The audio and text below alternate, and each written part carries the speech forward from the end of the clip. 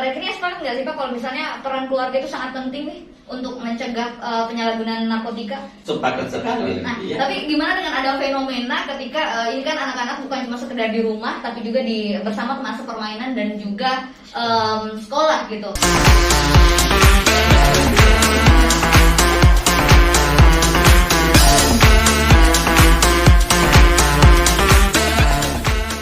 Halo Sobat BNN, kembali lagi di podcast BNN Kota Palu bersama dengan saya Nuka Maria, dan saat ini saya sudah diapit bersama dua bapak yang ganteng sekali hari ini. Ada Bapak AKBP Dr. Baharudin SIMSI selaku Kepala Badan Narkotika Nasional Kota Palu, dan juga ada Bapak Dr. Royke Abraham MAP selaku Kepala Dinas Pengendalian Penduduk dan Keluarga Berencana Kota Palu. Apa kabar Bapak? Sehat? Alhamdulillah sehat. Oke, baik. Sebelum kita mulai pertanyaan hari ini, mungkin boleh saya persilahkan untuk membuka maskernya terlebih dahulu biar tidak ngap gitu kita hari ini ya Pak ya.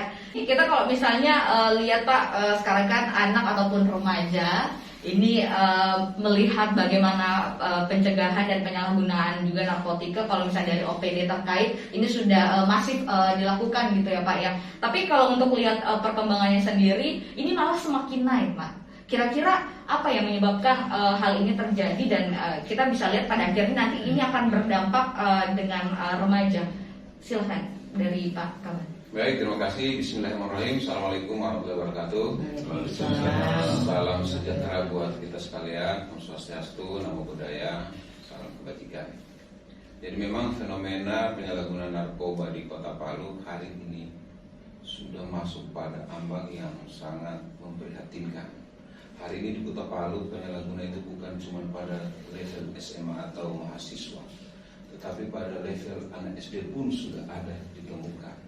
Artinya apa? Bahwa narkoba ini memang di Kota Palu sudah perlu penanganan serius oleh seluruh komponen masyarakat. Apa sih yang menyebabkan sampai narkoba di Kota Palu ini begitu masif? Ya, ada beberapa faktor yang menyebabkan. Yang pertama, bahwa kita ketahui bersama Kota Palu ini adalah kota yang terbuka, kota yang baru berkembang, sehingga sangat memungkinkan pergeseran manusia dari satu tempat ke tempat lain itu cukup besar. Hari ini masuknya narkoba di Kota Palu itu dari daratnya masuk, dari udaranya masuk, apalagi dari laut. Oleh sebab itu perlu memang penanganan khusus bagaimana mengantisipasi agar penyalahgunaan narkoba khususnya di generasi muda kita ini bisa teratasi. Kemudian para sindikat narkoba ini, kenapa mereka menyasar generasi muda? Karena mereka tahu persis bahwa ketika generasi muda yang terpapar ini, pemakaian mereka ini cukup panjang. Ini merupakan aset besar bagi mereka, sehingga mereka sasar adalah memang generasi muda kita. Karena ketika generasi muda kita ini sudah terpapar, maka sudah barang pasti daerah kita ini sudah pasti akan hancur, akan rusak.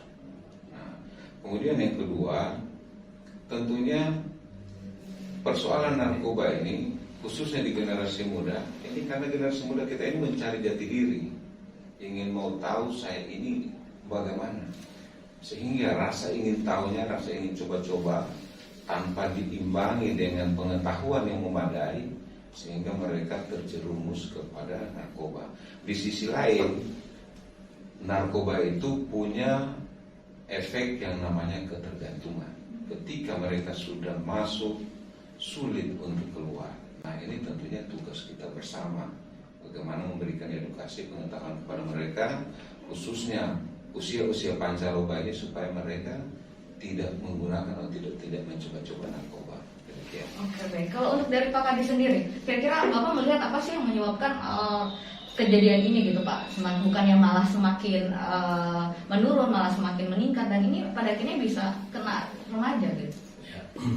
Baik, assalamualaikum warahmatullahi wabarakatuh. Kalau saya melihat bahwa ketertarikan manusia terhadap bisnis narkoba ini memang luar biasa.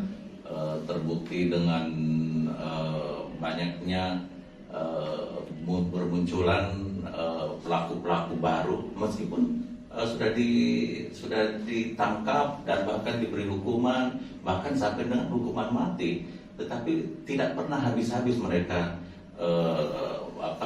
menjalankan bisnis ini, karena bisnis ini memang untuk di Indonesia sangat-sangat menjanjikan. Nah, kalau di luar negeri itu bisa harga narkoba itu 220.000 sampai 100.000, tapi kalau Indonesia bisa 1,5 juta harganya. Jadi memang jauh sekali, dan itu membuat daya tarik tersendiri. Jadi itulah sebabnya kenapa bisnis narkoba ini tidak pernah mati. Nah, kemudian ya itu tadi yang sudah Pak Barudin terangkan, luasnya garis pantai kita, ya, meskipun dari udara, dari darat sudah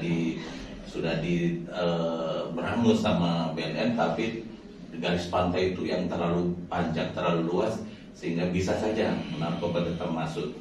Nah, kalau dari Dinas P2KB, ketahanan keluarga atau pembangunan keluarga itu yang harus kita tekankan. Jadi kasih sayang orang tua terhadap anak itu memang harus diperhatikan betul. Ya, sebab kalau anak itu dia berinteraksi dengan orang tuanya itu sekian jam dalam sehari. Sedangkan di sekolah itu hanya sebentar saja, sebagian besar berada pada interaksi di luar rumah. Nah, ini yang harus diperhatikan oleh orang tua, bahwa harus diperhatikan anak itu sesibuk-sibuknya orang tua harus bisa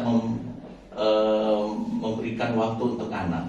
Nah, jadi jangan sampai anak itu dibiarkan bermain dengan siapa, karena orang tuanya sibuk, dia tidak lagi mengetahui dia sudah bermain dengan kelompok mana. Dan inilah yang karena anak merasa kasih sayang tidak didapatkan di rumah, ya akhirnya dia memutuskan untuk mencoba-coba untuk hal-hal seperti narkoba itu. Dan disitulah tantangan bagi kita untuk menurunkan kasus narkoba di Kota Palu khususnya, dan di Indonesia pada umumnya. Ya. Kalau misalnya tadi sempat Pak Kabar bilang soal garis pantai, kemudian juga soal kasih sayang, pasti ada langkah-langkah strategis yang dilakukan oleh baik dari BNN Kota Palu dan juga P2KB untuk menurunkan angka prevalensi ini. Mungkin silakan. Baik, terima kasih. Tentunya kita di BNN itu ada strategi-strategi untuk menekan angka prevalensi keracunan narkoba. Jadi kalau kita melihat tupoksi dari BNN sendiri, itu terdiri dari masalah pencegahan dan pemberdayaan. Pencegahan ini melakukan edukasi kepada seluruh masyarakat supaya masyarakat kita betul-betul punya imun, punya kemampuan untuk menolak yang namanya narkoba. Kemudian pemberdayaan ini memberdayakan masyarakat sekitar supaya bisa mengedukasi kepada masyarakat lainnya. Kemudian yang kedua yaitu pemberantasan. Pemberantasan ini tentunya sudah jelas tujuannya kepada para sindikat narkoba, khususnya pada para bandar maupun kurir. Nah, terhadap mereka ini tentunya diberikan hukuman yang sangat berat sesuai dengan Undang-Undang 35 2009, bila perlu dilapis dengan Undang-Undang Nomor 8 tahun 2010. Kemudian yang ketiga adalah para korban.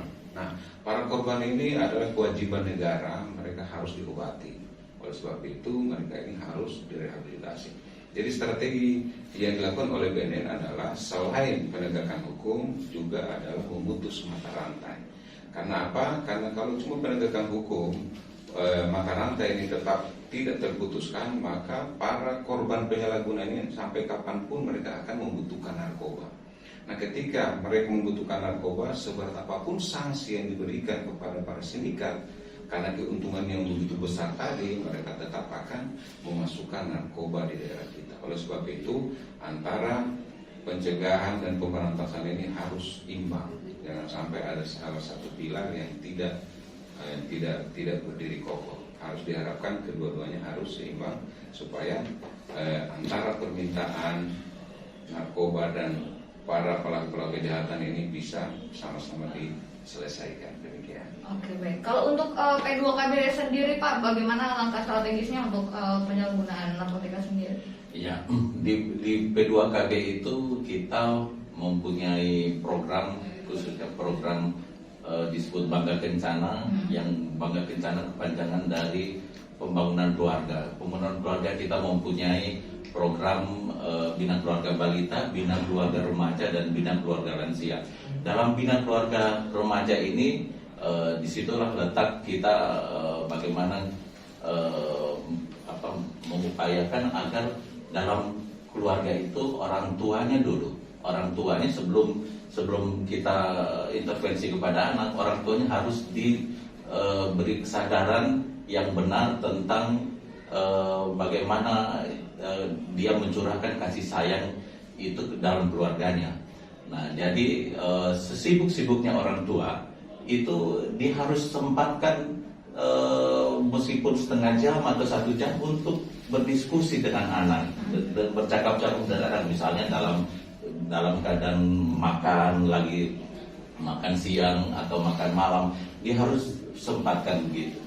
Sebab kalau tidak, itu anak menjadi seperti ada istilahnya seperti keluarga hotel. Jangan sampai dari keluarga hotel di mana antara kamar satu dan kamar lain keluar tidak saling menyapa, kemudian masuk juga tidak saling menyapa, tidur bangun langsung pergi. Maka itu menyebabkan anak akhirnya seperti merasa tidak memiliki orang tua dan akhirnya dia mencari kesibukan dan kasih sayang di luar.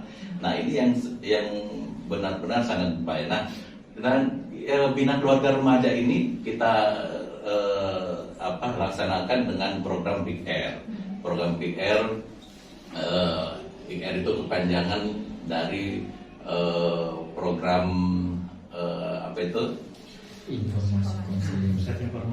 pusat informasi dan konseling ya, pusat informasi dan konseling remaja. Itu kita datangkan orang tua dengan kader-kadernya memang yang di program ini, kemudian dia akan mencari bentuk pola bagaimana caranya kita mengintervensi remaja itu, memberi kesadaran dan kasih sayang. Dan kemudian anak-anak remajanya juga dalam Big Air itu kita akan berikan pemahaman bagaimana menjadi anak generasi yang cerdas, generasi yang berencana, yang generasi yang anti narkoba dan menjauhi dari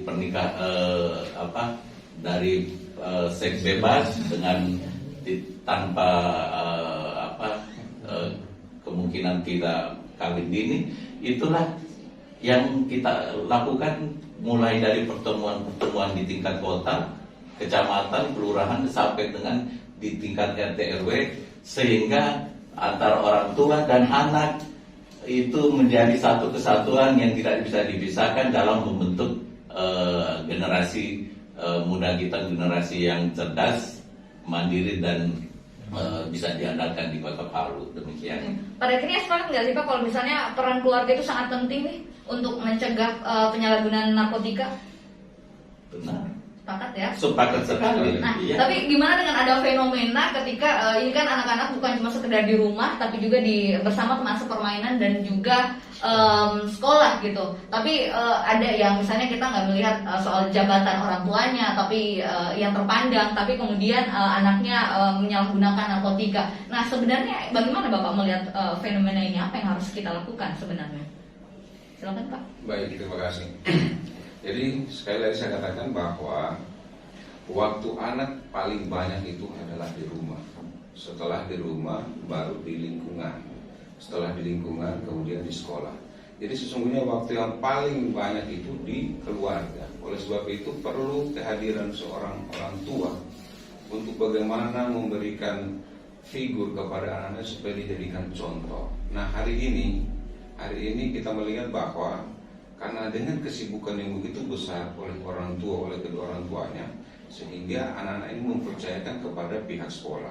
Padahal kembali lagi bahwa pihak sekolah itu waktunya cuma sebentar saja. Setelah pulang dari sekolah dia akan kembali ke lingkungannya. Nah, pengaruh lingkungan ini juga sangat dominan. Oleh sebab itu seorang tua harus bisa mengetahui anaknya ini bergaul dengan siapa. Nah, ini kewajiban kita bersama ini. Jadi antara pihak sekolah, orang tua ini tidak bisa saling melepas tanggung jawab karena ada hal-hal tertentu, ruang-ruang tertentu di situ merupakan kewajiban orang tua ataupun kewajiban guru. Hari ini kita temukan bahwa ketika ditemukan anak misalnya yang salah bergaul, itu yang disalahkan adalah sekolah. Atau sebaliknya, sekolah menganggap bahwa itu bukan di luar, bukan dalam sekolah, tetapi di luar sekolah. Nah, ini perlu adanya kerjasama antara pihak sekolah dan orang tua. Kalau kita melihat fenomena di daerah-daerah atau di negara-negara luar, itu komunikasi antara seorang orang tua dengan guru itu terjalin sangat bagus. Misalnya ketika anaknya datang dalam kondisi murung, itu biasanya pihak sekolah menanyakan kenapa anaknya ini murung. Nah, kita di sini tidak ada. Ketika anak kita ini sudah pergi sekolah, sudahlah tanggung jawab guru.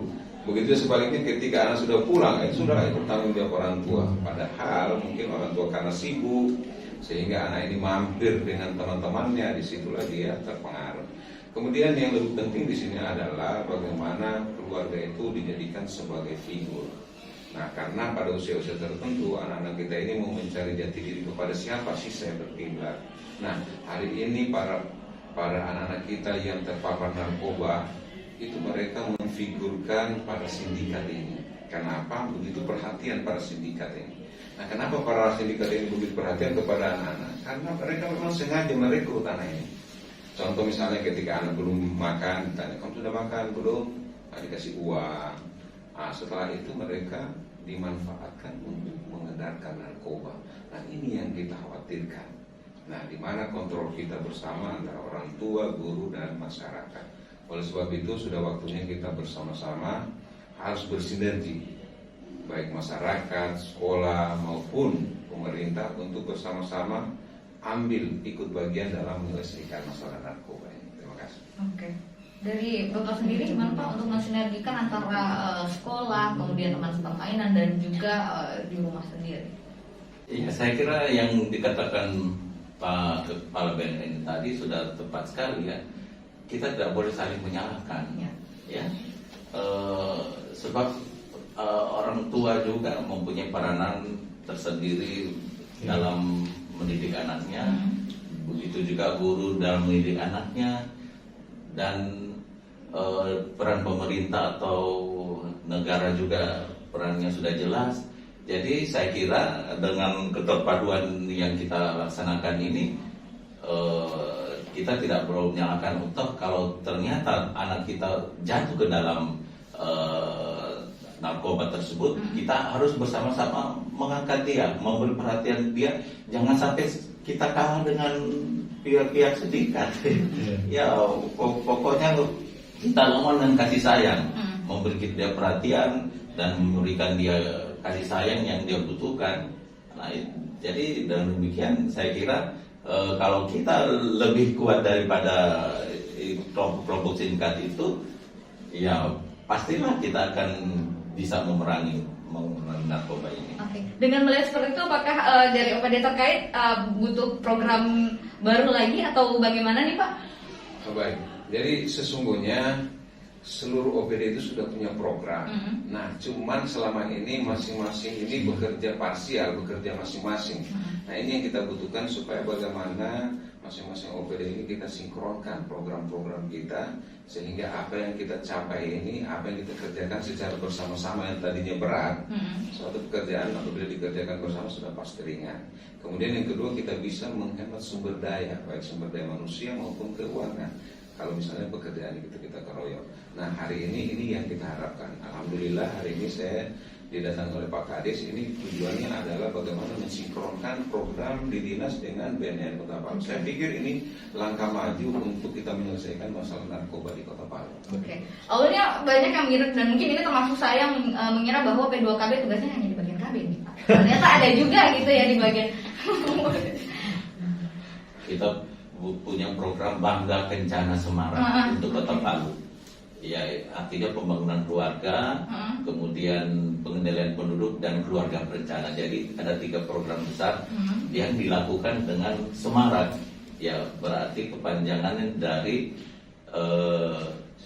semakin mantap bergerak. Nah, semakin mantap bergerak sama dengan Pak Wali punya tagline. Oke, baik. Sekali lagi terima kasih untuk Pak Kabar dan juga Pak Kadis yang sudah menyempatkan hadir di podcast kita kali ini. Semoga apapun yang dilakukan nanti ke depannya bisa membawa hal yang lebih baik lagi, Amin. gebrakan yang luar biasa dan bisa menurun angka prevalensi penyalahgunaan gitu ya Pak ya. Dan juga terima kasih untuk Sobat PNN yang sudah menyaksikan podcast kita kali ini. Sampai jumpa di podcast selanjutnya.